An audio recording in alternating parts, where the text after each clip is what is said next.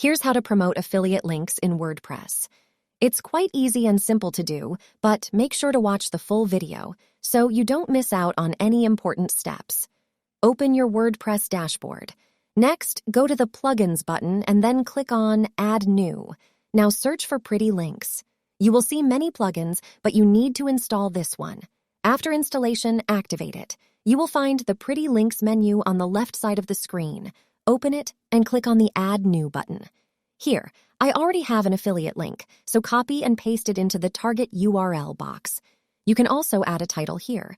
Then, you will see the Pretty Link option, where you should give it a descriptive name without spaces. After that, just update it.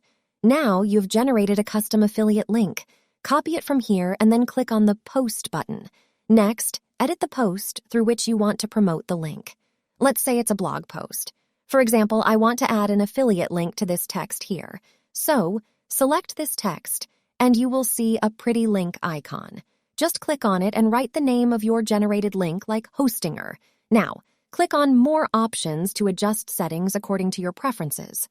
Press Enter and finally, click the Update button. That's how you can effortlessly promote an affiliate link in WordPress.